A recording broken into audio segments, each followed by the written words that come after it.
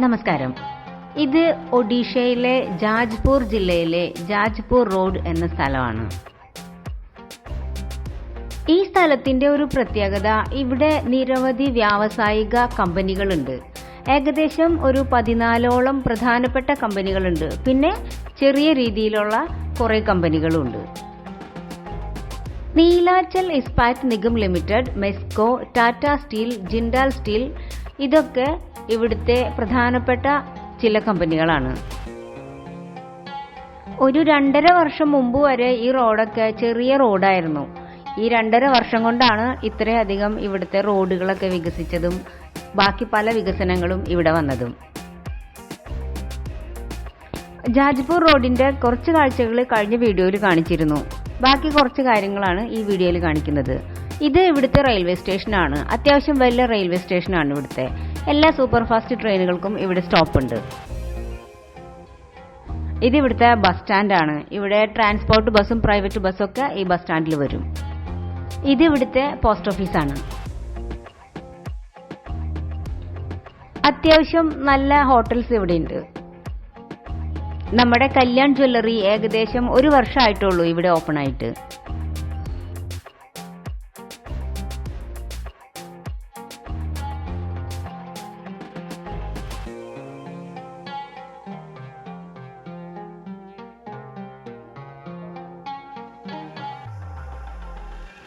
ഈ റോഡ് ചെല്ലുന്നത് ഒരു സർക്കിളിലേക്കാണ്. ഈ സർക്കിളിൽ നിന്ന് ലെഫ്റ്റ് പോയി കഴിഞ്ഞാൽ ഇൻഡസ്ട്രിയൽ ഏരിയാസ് ആണ്. റൈറ്റ് പോയാൽ ഭുവനേശ്വറിലേക്ക് പോവാം. നേരെ പോയി കഴിഞ്ഞാൽ ഒരു മാതരിണി എന്ന് പറഞ്ഞിട്ട് ഇവിടുത്തെ ഒരു പ്രശസ്തമായ ക്ഷേത്രമാണ്. അവിടേക്കുള്ള വഴിയാണ്.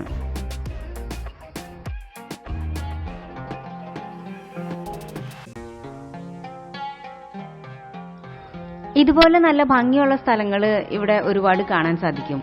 ഇവിടെ ഇപ്പോൾ ഇൻഡസ്ട്രീസ് ഒരുപാടുള്ളത് കൊണ്ട് ഇവിടെ പുതിയ പുതിയ ബിൽഡിങ്സ് ഇങ്ങനെ വന്നുകൊണ്ടിരിക്കുകയാണ്.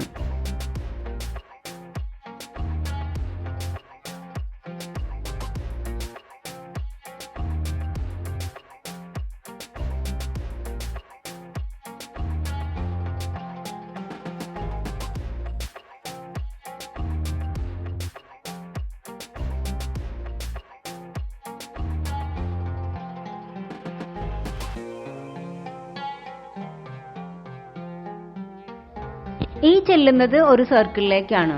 ഈ സർക്കിളിന് മിലിറ്ററി ചോക്ക് എന്നാണ് അറിയപ്പെടുന്നത്.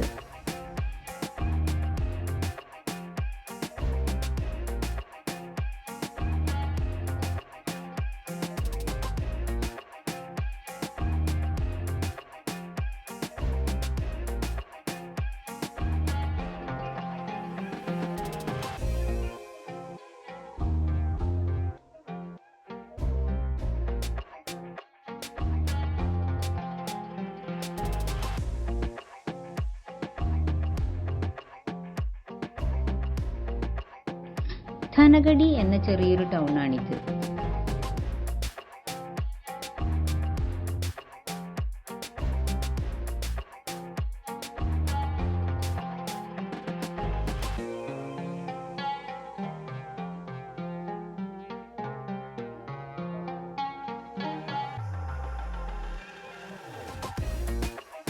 ഈ അടുത്ത കാലത്താണ് ഇവിടെ ഈ ട്രെൻഡ്സ് ഓപ്പൺ ആയത്.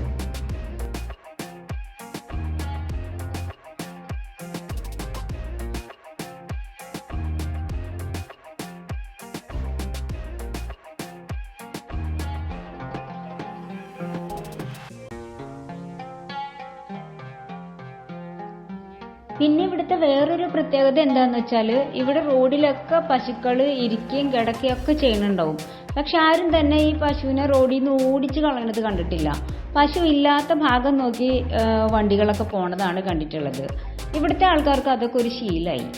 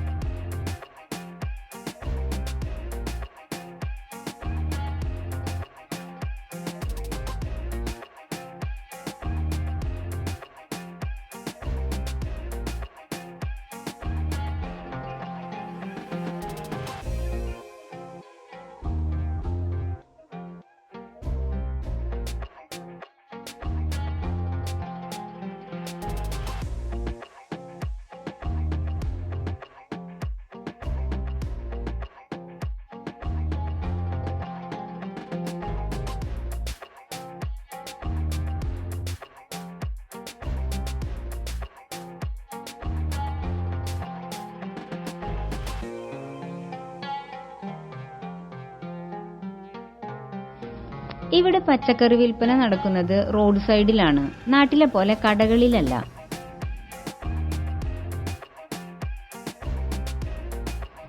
ഒരുവിധം എല്ലാ പച്ചക്കറികളും ഇവിടെ കിട്ടും.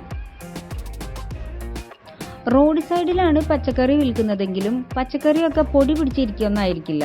ഇവർ എപ്പോഴും വെള്ളം ഒഴിച്ച് പച്ചക്കറി എപ്പോഴും ഫ്രഷ് ആയിട്ടിരിക്കും.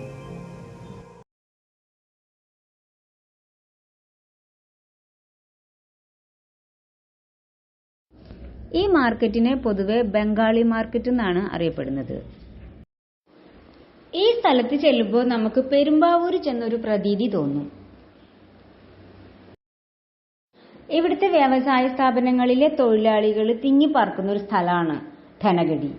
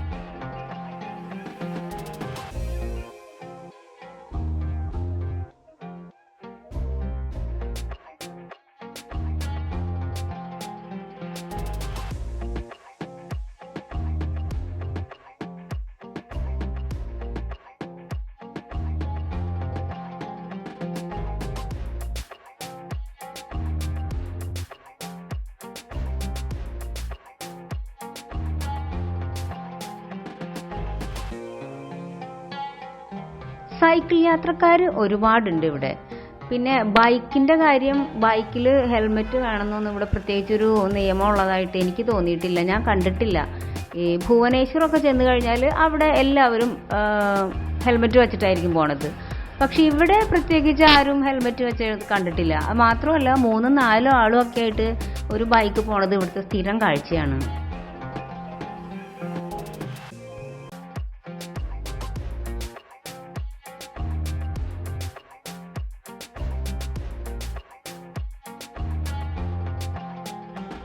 പിന്നെ ഇവിടുത്തെ വേറൊരു പ്രത്യേകത എന്താണെന്ന് വെച്ചാൽ മുറുക്കാൻ വായിലില്ലാത്ത ആൾക്കാരെ കാണൽ കുറവാണ് ഇവിടെ.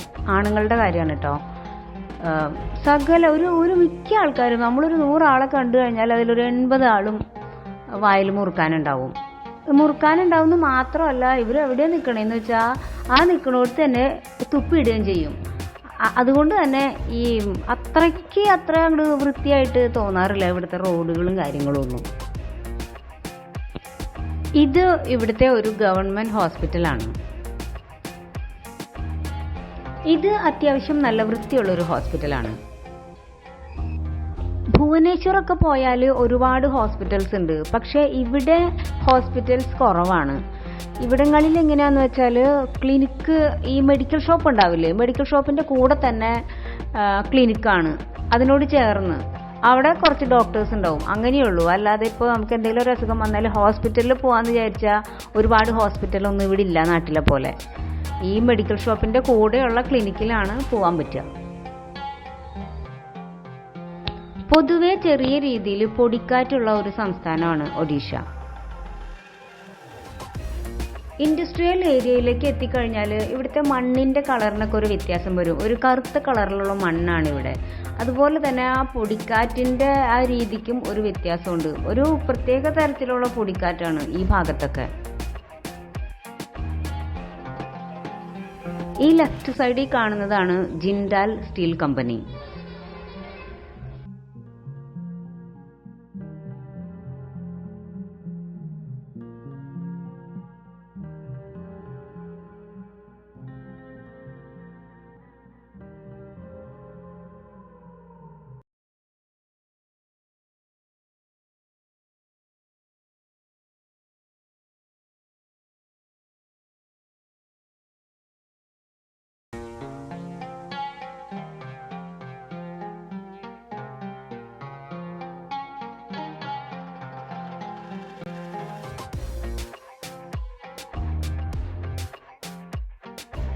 ജിൻഡാലിന്റെ ഭാഗമാണ് ഈ കാണുന്നതെല്ലാം.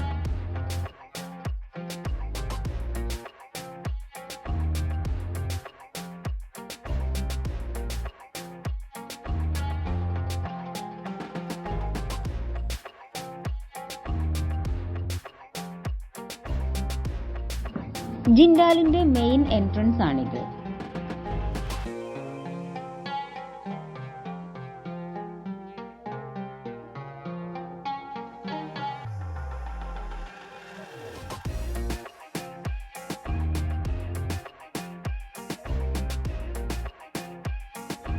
ഈ കാണുന്ന ബ്ലൂ ബ്രിഡ്ജ് ടാറ്റ സ്റ്റീലിന്റെ ആണ്.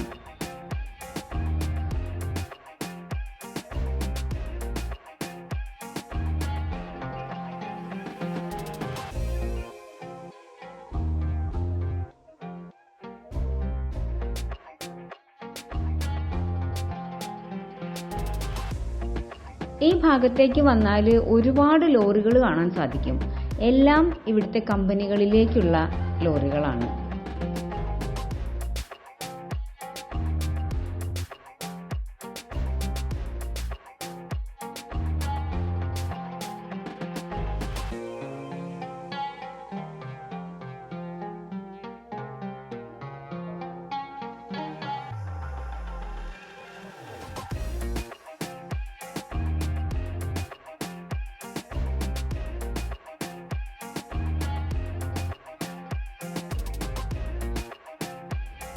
ഈ വലതുഭാഗത്ത് കാണുന്നതാണ് ടാറ്റ സ്റ്റീൽ കമ്പനി.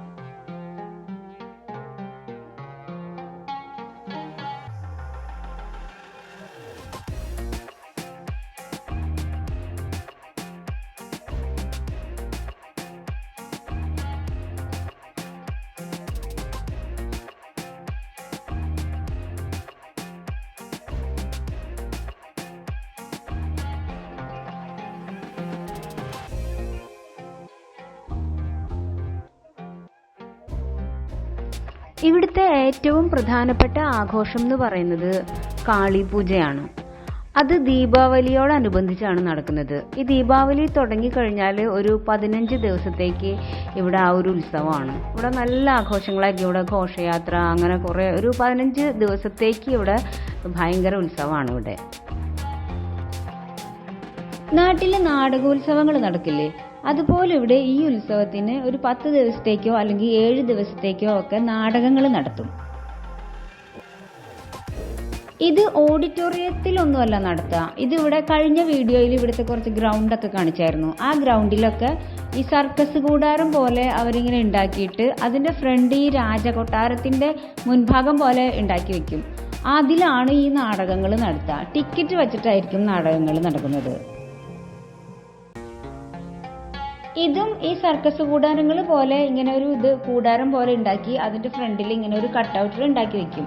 ഇതിൻ്റെ അകത്ത് എന്താണെന്ന് വെച്ചാൽ ദേവിയുടെയൊക്കെ ഓരോ രൂപങ്ങൾ ഉണ്ടാക്കി വെച്ചിട്ട് ദേവി, ശിവൻ, പാർവതി, ഗണപതി അങ്ങനെ ഓരോ രൂപങ്ങളൊക്കെ ഉണ്ടാക്കി വെച്ച് അതിനെ പൂജിക്കൽ അങ്ങനത്തെ കാര്യങ്ങളൊക്കെയാണ് അതിൻ്റെ ഉള്ളിൽ നടക്കുക. പിന്നെ ഇവിടുത്തെ ഗ്രൗണ്ടുകളിലൊക്കെ ഇതുപോലത്തെ കുട്ടികൾക്ക് കളിക്കാനുള്ളതും അങ്ങനത്തെ പല പല സാധനങ്ങൾ, പിന്നെ ഒരുപാട് ഫുഡ് ഐറ്റംസ് എല്ലാം ഉണ്ടാവും ഇവിടെ. നമുക്ക് ശീലമില്ലാത്ത പോലത്തെ ഒരുപാട് ഫുഡ് ഐറ്റംസ് ഇവിടെ ഉണ്ടാവും. ചിലതൊക്കെ നമ്മൾക്ക് അഡ്ജസ്റ്റ് ചെയ്ത് കഴിക്കാൻ പറ്റും, ചിലതൊന്നും തീരെ കഴിക്കാൻ പറ്റില്ല.